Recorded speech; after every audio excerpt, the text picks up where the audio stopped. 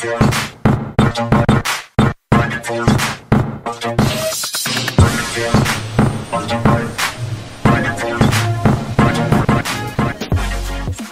is up, everybody? I've got another update on the plant side of the fish room, at least. So last time I showed you guys something. I just got the new immersed plants, and now I've got them all set up, and I've also got some new lights in. So I'm gonna go over what I've done with the plants, and then I'll show you the new lights. Alright, let's start off with the container of plants I showed you in the last video. So I took everything out, set up a small immersed container for them. Right now they're all in the same container except for the sword and two of the Anubias plants. I'll move them out later once I get some more space to spread them out.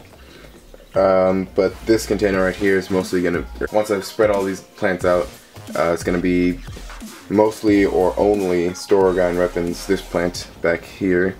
The crypts I plan to move out. They'll probably share a container, or yeah, they'll probably share a container. The Anubias will probably be in the same container with them, considering they're all very slow growing plants. The wisteria will probably get its own container just because how ridiculously fast it's growing. Let me give you a closer shot of that. When I planted them, they were growing straight horizontally just because I had to plant them that way, so they wouldn't be shoved against the lid of the container. But since then, that's what, 2 or 3 days ago, they've just corrected themselves, gone straight up. They didn't take any time to like swerve around or anything like the Ludwigia always did for me. It just went straight up, and it's growing right towards the light, which is just fantastic. This one right here especially, and this little plant lid right there. Wisteria, immersed or submerged, is always the fastest growing plant I've ever had, pretty much. If I can't think of anything faster, other than maybe... No, it's the fastest growing plant I've ever had. The Anubias Petite right there hasn't really shown any growth. But obviously it's Anubias, so it'll take some time to settle in and start growing. The crypts, the crypt Wendtii, I'm pretty sure it's grown a little bit. I just haven't really seen anything, so not any noticeable growth except for a few small plant leaves here and there. The Undulata, same thing, except I haven't even seen any plant leaves. But nothing's really been dying out. And finally, the Staurogyne Repens. Let's see if I can focus on that. This plant is, I don't know, it's shown a little bit of growth, but other than vertically, it hasn't grown horizontally. I'm just gonna give it some more time.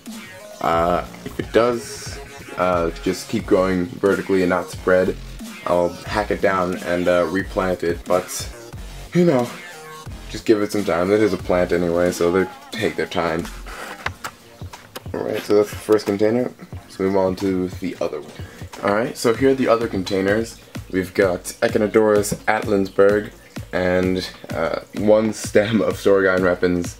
This container, really just a lid container, but this right here used to be where that Echinodorus plant was when it was fully immersed, really meaning that the plant doesn't need to be in a humid environment. The leaves can pull enough water from the substrate, and it's fully adapted to immersed conditions, other than the roots need to be completely doused in water. But nothing really happening, considering I just did this right before I started the camera. But zoom in on this plant, if I can get a good picture of it, maybe, possibly. That's good enough. It's as good as it's gonna get. But this plant, recently, since I started caring for it, since I was prepping it to move down here, I've shown a lot of growth. 2 new leaves in the past 6 5 or 6 days, which is great. It's the last surviving specimen of Echinodorus Altlandsberg that I have in its immersed form, which is just super lucky. The rest of them were either transferred into the 65-gallon Garden of the Roots, or they got frozen in the winter storms.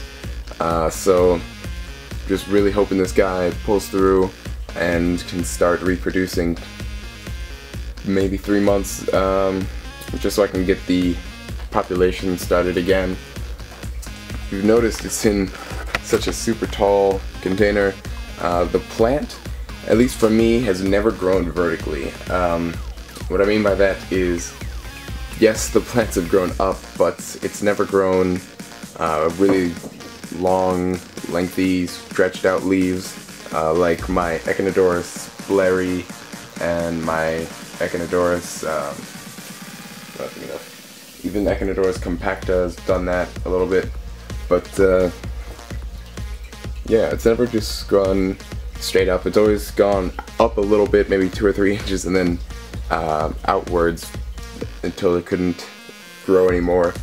So mostly the height of the container is for the runners, because Echinodorus runners always go up unless it's something like Echinodorus parvus, the foreground plants that spread horizontally anyway. Yeah, just gonna wait till this guy starts producing some more plants. So let's go on to the lights. Alright, so the lights I've been using on these shelves for the past day or so, or at least on that container, has been these alternating blue and white LEDs. So blue, white, something like that for each row. And the blue is mostly for vegetation, which means the leaves. Once they start flowering, I'll add some red LEDs in there. And the white is so I can see what the plants actually look like and not get this weird blue-green mix that a full blue LED setup would give. But so far so good. The LEDs don't draw too much power, and they give off a whole bunch of light.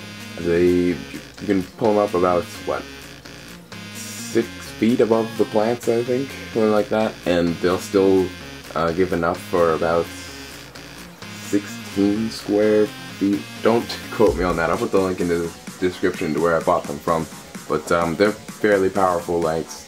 They last like 7 years plus, so they're going to be running for quite some time. And the plants seem to love them significantly more than the T8s and T5s I have hanging from the ceiling, and T5s I've ever used on any particular tank. So far so good. Obviously it's been a day, so I don't have a very good idea of what they can accomplish, I guess. So another review of these guys will be coming out once I finally got an idea of how they really work, how well the plants respond to them compared to T5s and T8s. Yeah, that's it for this video. See ya.